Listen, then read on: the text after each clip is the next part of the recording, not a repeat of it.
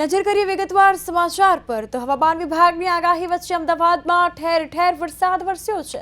અમદાવાદ શહેરના વાડજ, ન્યૂ રાણીપ, સરખેજ, ચાંદખેડા સહિતના અનેક વિસ્તારોમાં 1.5 કલાકથી વરસાદ વરસતા ઠેર ઠેર પાણી ભરાયા।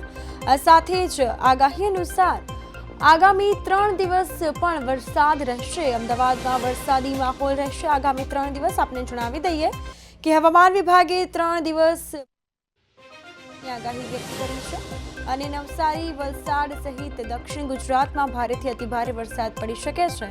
હવામાન વિભાગે 10 જિલ્લામાં વરસાદનું ઓરેન્જ એલર્ટ જાહેર કર્યું છે, જ્યારે 15 જિલ્લામાં યલો એલર્ટ જાહેર કરાયું।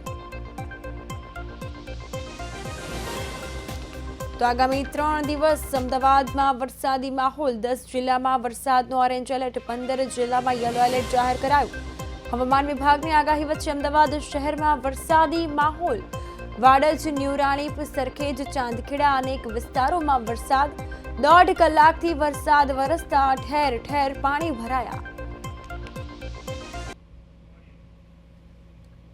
દ્વારા જે આગાહી કરવામાં આવી છે કે 3 દિવસ જે સતત ભારેથી અતિભારે વરસાદની જે આગાહી કરવામાં આવી છે તે નવસારી, વલસાડ સહિત 4 જિલ્લામાં, અમદાવાદ, ગાંધીનગર જે અનેક વિસ્તારો છે, જે અનેક જિલ્લાઓ છે તેમાં વરસાદનું રેડ એલર્ટ જાહેર કરવામાં આવ્યું છે। 10 જિલ્લામાં ઓરેન્જ એલર્ટ છે અને 15 જિલ્લાઓમાં યલો એલર્ટ જાહેર કરવામાં આવ્યું છે। અત્યારે જે વિસ્તાર છે તે વાડજ વિસ્તાર છે અને અત્યારે અમદાવાદના અનેક વિસ્તારોમાં વરસાદી માહોલ છવાયો છે અને મેઘરાજાએ મન ગરજીને વરસી ચૂક્યા છે। અત્યારે તમે જે દ્રશ્યો જોઈ રહ્યા છો તે વાડજ વિસ્તારના છે અને અત્યારે છેલ્લા 1.5 કલાકથી વરસાદ સતત વરસી રહ્યો છે અને તમે જે દ્રશ્યોમાં જોઈ શકો છો કે અત્યારે વાહન વ્યવહારોને પણ અત્યારે તકલીફ પડી રહી છે। જે વાહન ચાલકો છે તેમને પણ તકલીફ પડી રહી છે।